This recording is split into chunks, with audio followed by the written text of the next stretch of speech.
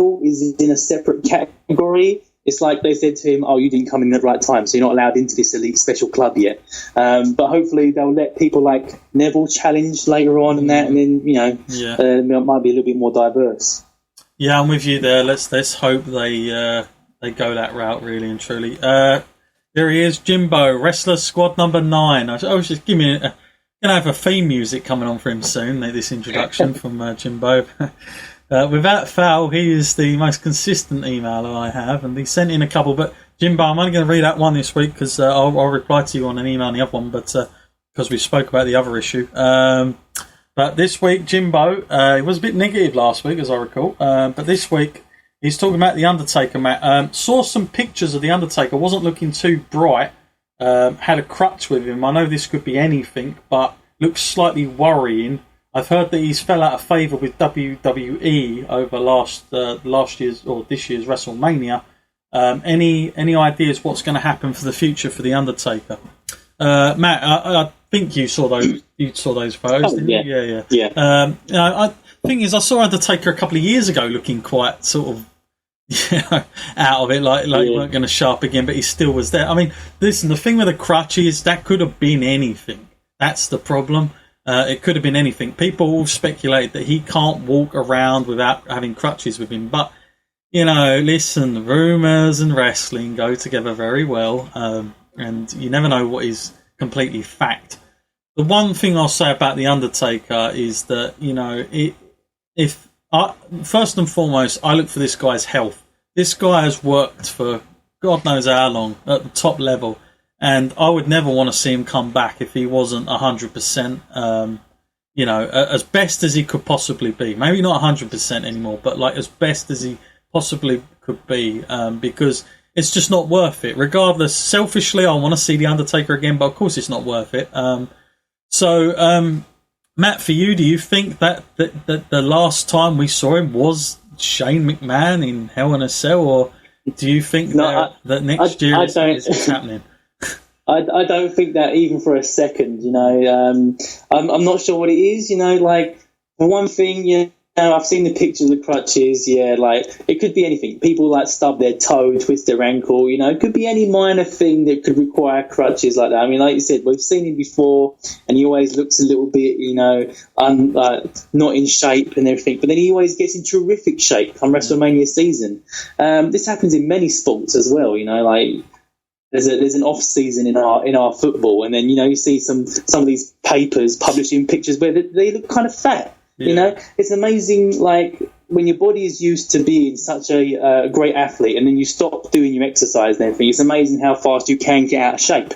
But they're conditioned that way that you can get back into shape. People like The Undertaker do that year in, year out. That's what we see. I'm not really worried because he's the kind of guy that commands respect from WWE. He doesn't really take any rubbish.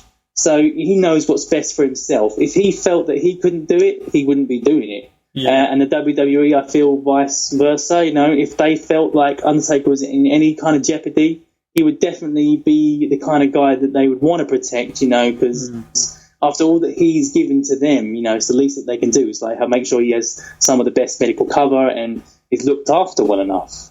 Yeah, I'm with you on that one. Don't forget as well, folks, that it was reported earlier this year, or not that earlier this year, I can't remember when it came out, but Michelle McCall, his wife, was diagnosed with skin cancer, and he did say that his first and foremost focus was to look after her. So there could be many different reasons whether The Undertaker doesn't return when we think he's going to, or all the rest of it, because you've got to take that into consideration as well. And we wish her all the best as well on that. Let's hope she gets through okay. Let's go to another question. Thank you again, Jimbo, for that, by the way, on that one. Let's take 2 more questions, I think, Matt. I think we'll want to find something. Oh, we've got a UFC question here. I'll try and mix it up a bit. Hello. This is from Chris in Devon. Hi, guys. Love the show. Just had a quick question about UFC. Do you think that the crossover between fans has become more and more, especially this year where we saw WWE's own Brock Lesnar go over and fight Mark Hunt? It seems to me that UFC is picking up more of the wrestling crowd because of wrestling's poor performance. Your thoughts? So thank you for your question there. It's something that myself and Matt have raised a few times, whether that is the possibility. Matt, the crossover a couple of, maybe 3-4 years ago wasn't as deep as it is now, I believe. I do believe there's more of a crossover, not just because of Brock Lesnar, but I just think that, if you look at this year, everyone is talking about UFC for me. WrestleMania was extremely disappointing, Matt. I think we both agree on that. Didn't we say, Matt, what will be better? Will it be UFC 200 or WrestleMania? And I think I was sure it was going to be WrestleMania, but even that failed miserably. Is there more of a crossover for you, Matt, in terms of... you yourself, have you become more of a UFC fan, or, are you just enjoying both? I'm kind of enjoying both, obviously I don't miss a show of the I don't miss the weekly show of WWE, and I don't miss the pay-per-view of WWE, but I can quite happily miss the odd, UFC if it's not anything on the card that's drawing me there. I don't mind doing that. My first go-to will always be wrestling. But I can see with the crossover now, the lines are becoming a little bit more blurred. I think they've found a level of respect for each other. Before, where WWE might have seen UFC as a bit of a rival or taking away some of their fans, but it's not the case. I think most people that watch UFC will watch WWE will watch the UFC. I'm not sure if it's the other way around, but I don't think they have any problem. I don't think it's going to take you away from WWE, because if you're like WWE, that's something very specific. You can't replicate that. You can't replicate those kind of stories, and you can't kind of replicate that kind of in-the-ring action. UFC is very, very decisive. You go in there and you could be watching a match that's only, say, 10 seconds long.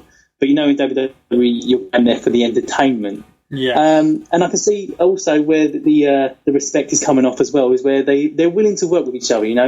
WWE will let them have Brock, and they'll use that, and then they'll be great, and then they'll do a bit more advertising for WWE, advertise their SummerSlam or their game or whatever. So it can only be beneficial that they both have that level of respect for each other now. Yeah, no, I agree with that totally. Absolutely. In fact, with what you said then, just to sort of add to that, UFC, I think there is more of a crossover.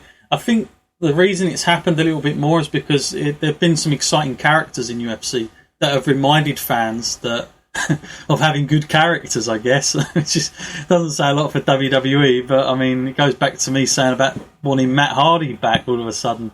Where's that come out of? Because a couple of years ago, no one would have wanted that. But I just think character building, even though UFC can't predict what's going to happen, they've done a better job than what WWE's done, and it's one of the biggest problems I think WWE has, especially up against the UFC, is that it's that ladder, Matt, for the title. There is no ladder anymore.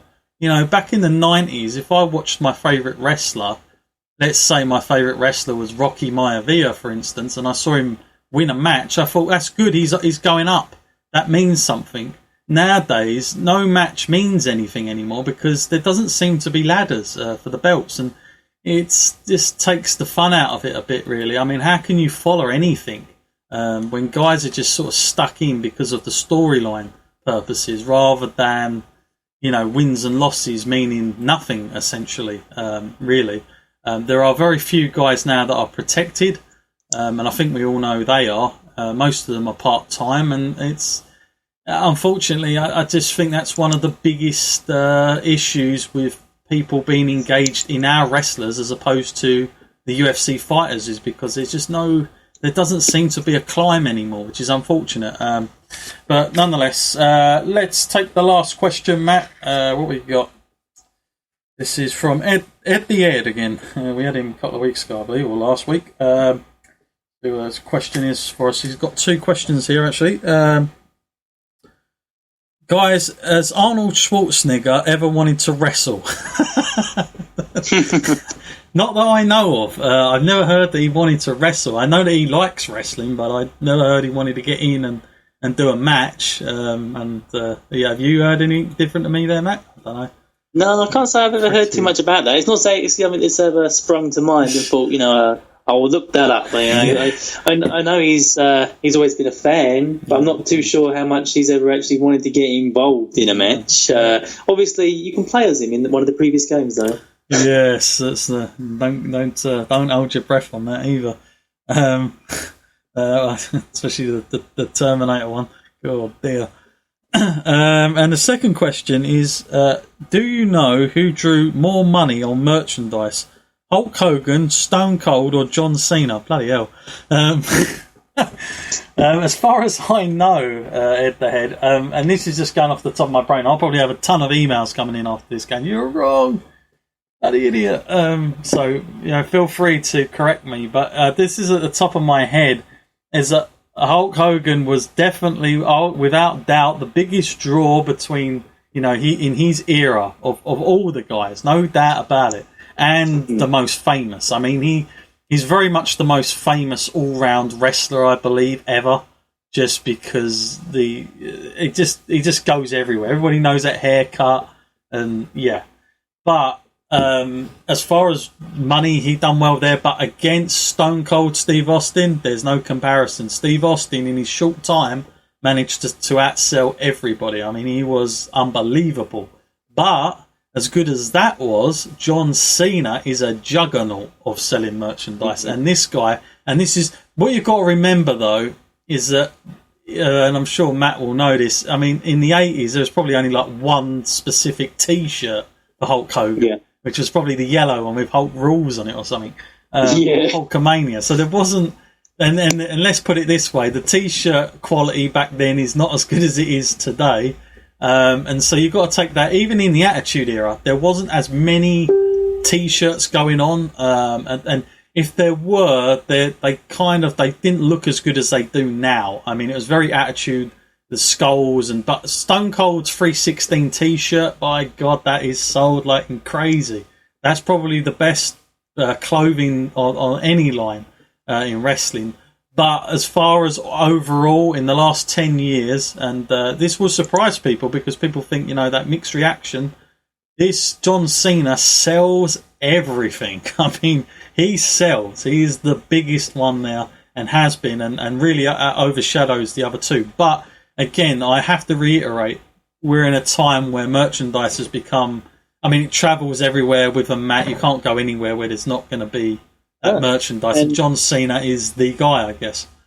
Yeah, he appeals to children, wristbands, caps, everything. If you've got a kid and you're taking to wrestling and then they want one, you've got to get it for them. You can't deny your kid. But if you go to a wrestling event as an adult and you think, well, I saved myself some money and I won't buy one, that's fine. Yeah. But also, and John Cena, he's not just been here, a short time. He's been there. He's been selling merchandise at this level for like nearly 14 years, and that's got to add up over time.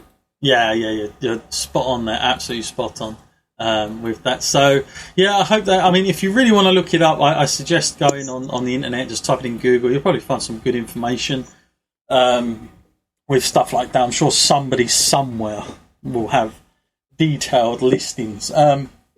Matt, I think I've got some great news now for British wrestling that's just come out in the last 10 minutes or so since we've been on. We've had a lot of breaking news tonight, haven't we? Monday is the night, I guess, for wrestling. But great news for us British wrestling fans, Matt, and it's something very close to home because it hasn't come out yet. I want to say that much, but myself and Matt, we on Wrestling Arts, we cover a little bit of World of Sport. Well, you never guess what's coming back, Matt.